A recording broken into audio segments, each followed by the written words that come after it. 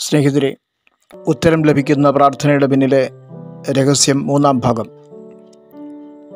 ഉത്തരം ലഭിക്കുന്ന പ്രാർത്ഥനയുടെ പിന്നിൽ നിശ്ചയമായും ദൈവഹിതമുണ്ടായിരിക്കും. ദൈവഹിതം തിരിച്ചറിയുന്ന ഒരു ഭക്തൻ്റെ പ്രാർത്ഥനയ്ക്ക് മറുപടി ഉറപ്പാണ്. 34-ാം സങ്കീർത്തനത്തിൽ ഭക്തനായ ദാവീദ് ഇപ്രകാരം പറയുന്നു: യഹോവയുടെ കണ്ണ് നീതിമാന്മാരുടെ മേലും അവൻ്റെ ചെവി അവരുടെ നിലവിളിക്കും തുറന്നിരിക്കുന്നു. നീതിമാന്മാർ നിലവിളിച്ചു, യഹോവ കേട്ടു, സകല കഷ്ടങ്ങളിൽ നിന്നും അവരെ വിടുവിച്ചു. ദൈവം കേൾക്കുവാൻ ഇഷ്ടപ്പെടുന്ന പ്രാർത്ഥന തൻ്റെ ഭക്തന്മാരുടെ പ്രാർത്ഥനയാണ്. ഭക്തന്മാരെ വേദപുസ്തകം വിശേഷിപ്പിക്കുന്നത് നീതിമാന്മാർ, ദൈവമക്കൾ എന്നീ പ്രകാരം ആണ്. അപ്പന് മക്കളോട് കരുണ തോന്നുന്നത് പോലെ യഹോവയ്ക്ക് തൻ്റെ ഭക്തന്മാരോട് കരുണ തോന്നുന്നു എന്ന് ദൈവവചനം നമ്മെ പഠിപ്പിക്കുന്നു.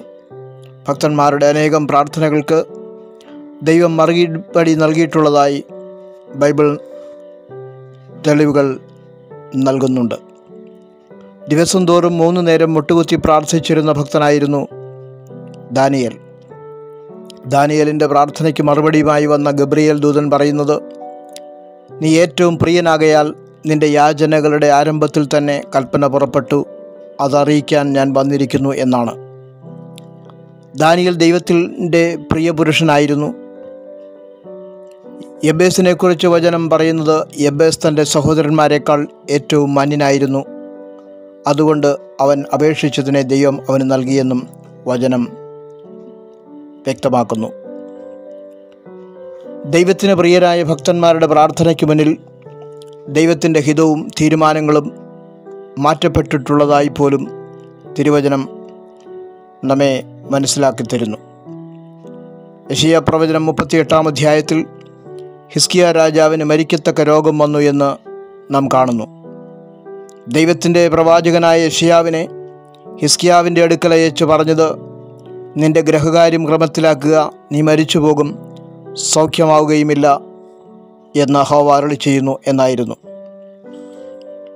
ഈ ദൂത് കേട്ട ഹിസ്കിയാവ് മുഖം ചുവരിന് നേരെ തിരിച്ച് യഹോവയോട് പ്രാർത്ഥിച്ചു: അയ്യോ യഹോവേ, ഞാൻ വിശ്വസ്തയോടും ഏകാഗ്രഹൃദയത്തോടും കൂടെ തിരുമുമ്പിൽ നിനക്ക് പ്രസാദമായുള്ളത് ചെയ്തിരിക്കുന്നു എന്ന് ഓർക്കണമേ എന്ന് പറഞ്ഞ് ഹിസ്കിയാവ് ഏറ്റവും കരഞ്ഞു എന്ന് യെശയ്യാ പ്രവചനം 38-ാം അധ്യായം 14-ാം വാക്യത്തിൽ നാം കാണുന്നു.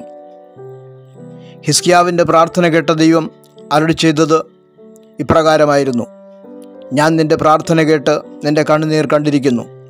ഞാൻ നിൻ്റെ ആയുസ്സിനോട് 15 സംവത്സരം കൂട്ടും. ഹിസ്കിയാവിൻ്റെ രോഗം ദൈവം മാറ്റി, ആയുസ്സ് ദീർഘമാക്കി. അത് ദൈവത്തിൻ്റെ മുൻ തീരുമാനത്തിന് വിപരീതമായാണ് സംഭവിച്ചത്. കാരണം ഹിസ്കിയാവെന്ന വിശ്വസ്തനായ ഭക്തൻ്റെ പ്രാർത്ഥന ദൈവത്തിന് നിരസിക്കുവാൻ സാധ്യമായിരുന്നില്ല. വിശുദ്ധ വേദപുസ്തകത്തിൻ്റെ പുതിയ നിയമത്തിൽ തടവിലാക്കപ്പെട്ട പത്രോസിന് വേണ്ടി സഭ ശ്രദ്ധയോടെ പ്രാർത്ഥിച്ചപ്പോൾ സ്വർഗത്തിലെ ദൂതൻ വന്ന് പത്രോസിനെ കാരാഗൃഹത്തിൽ നിന്ന് വിടുവിക്കുന്നതായി കാണുവാൻ കഴിയും. ആദിമസഭ ഒരുമനപ്പെട്ട് പ്രാർത്ഥിച്ചതിനാൽ പീഡനങ്ങളുടെ നടുവിലും സഭ അതിവേഗം വളർച്ച പ്രാപിച്ച് മുന്നേറി. വിശുദ്ധ യോഹന്നാൻ എഴുതിയ സുവിശേഷം 9-ാം അധ്യായം 31-ാം വാക്യത്തിൽ പിറവിയിലെ കുരുടനായിരുന്ന മനുഷ്യൻ കാഴ്ച പ്രാപിച്ചു കഴിഞ്ഞ് പറയുന്നത് ഇപ്രകാരമാണ്: പാപികളുടെ പ്രാർത്ഥന ദൈവം കേൾക്കുന്നില്ല എന്നും ദൈവഭക്തനായിരുന്ന അവൻ്റെ ഇഷ്ടം ചെയ്യുന്നവൻ്റെ പ്രാർത്ഥന കേൾക്കുന്നു എന്നും നാം അറിയുന്നു. യഹൂദ മതവിഭാഗത്തിൽ ഭക്തിയോടെ ജീവിച്ച ആ കുരുടനായ മനുഷ്യനത് പറയുവാൻ കാരണം, ഞാൻ എൻ്റെ ഹൃദയത്തിൽ അകൃത്യം കരുതിയിരുന്നെങ്കിൽ കർത്താവ് കേൾക്കയില്ലായിരുന്നു, എന്നാൽ എൻ്റെ ദൈവം കേട്ടിരിക്കുന്നു, എൻ്റെ പ്രാർത്ഥനാ ശബ്ദം ശ്രദ്ധിച്ചിരിക്കുന്നു എന്നുള്ള ദാവീദിൻ്റെ സങ്കീർത്തനം 66-ാം അധ്യായം 18-19 വാക്യങ്ങളിൽ എഴുതപ്പെട്ടിരിക്കുന്ന തിരുവചനങ്ങളെക്കുറിച്ച് ബോധ്യമുണ്ടായിരുന്ന ഒരു വ്യക്തിയാണെന്നുള്ളതിൻ്റെ തെളിവാണ്. ഈ ഭക്തനായ ഇയ്യോബ് തൻ്റെ വിശ്വാസത്തിൻ്റെ പരിശോധനയിലൂടെ കടന്നുപോയപ്പോൾ തൻ്റെ സ്നേഹിതന്മാർക്ക് വേണ്ടി പ്രാർത്ഥിക്കുകയും നഷ്ടമായതെല്ലാം ഇരട്ടിയായി തിരികെ പ്രാപിക്കുകയും ചെയ്തതായി തിരുവെഴുത്തുകൾ വ്യക്തമാക്കുന്നു. ഫലപ്രദമായ പ്രാർത്ഥനയിൽ പ്രധാനപ്പെട്ട ഘടകമാണ് ദൈവഹിതം. ദൈവഹിതമല്ലാത്ത പ്രാർത്ഥന ഭക്തൻ പ്രാർത്ഥിച്ചാലും മറുപടി ലഭിക്കുകയില്ല എന്നും വചനം നമ്മെ പഠിപ്പിക്കുന്നു. ദൈവത്തിൻ്റെ ഹൃദയപ്രകാരമുള്ള മനുഷ്യനായിരുന്നു ദാവീദ്. തൻ്റെ സൈന്യാധിപനായിരുന്ന ഉരിയാവിൻ്റെ ഭാര്യയിൽ ജനിച്ച മകനു വേണ്ടി ഉപവസിച്ച് പ്രാർത്ഥിച്ചെങ്കിലും മറുപടി ലഭിച്ചില്ല. ബഥാനിയിലെ ലാസർ ദീനം പിടിച്ച് മരിക്കാറായപ്പോൾ തൻ്റെ സഹോദരിമാരായ മാർത്തയും മറിയയും യേശുവിനോട് അരികെ വന്ന് ലാസറിനെ സൗഖ്യമാക്കുവാൻ അപേക്ഷിച്ചു.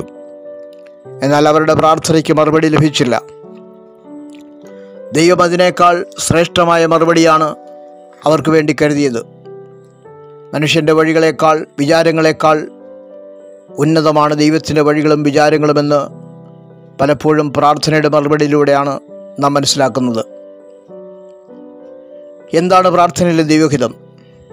ഒരു ഭക്തൻ്റെ ജീവിതം ദൈവഹിതപ്രകാരമായിരിക്കണമെന്ന് ദൈവം ആഗ്രഹിക്കുന്നു.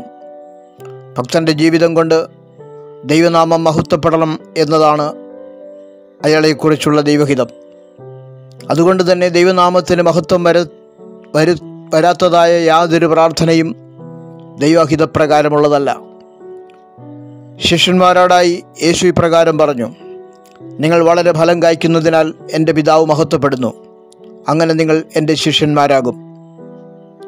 ദൈവത്തിന് വേണ്ടി ഫലം കായ്ക്കുന്ന ഏതൊരു വ്യക്തിയുടെയും പ്രാർത്ഥനയ്ക്ക് മറുപടി നൽകുന്നത് ദൈവത്തിൻ്റെ ഹിതമാണ്. യെരുശലേമിൻ്റെ മതിലുകൾ പണിയുക എന്നത് ദൈവഹിതമാണെന്ന് തിരിച്ചറിഞ്ഞ നെഹമ്യാവിൻ്റെ പ്രാർത്ഥനയ്ക്ക് മറുപടി ലഭിച്ചു.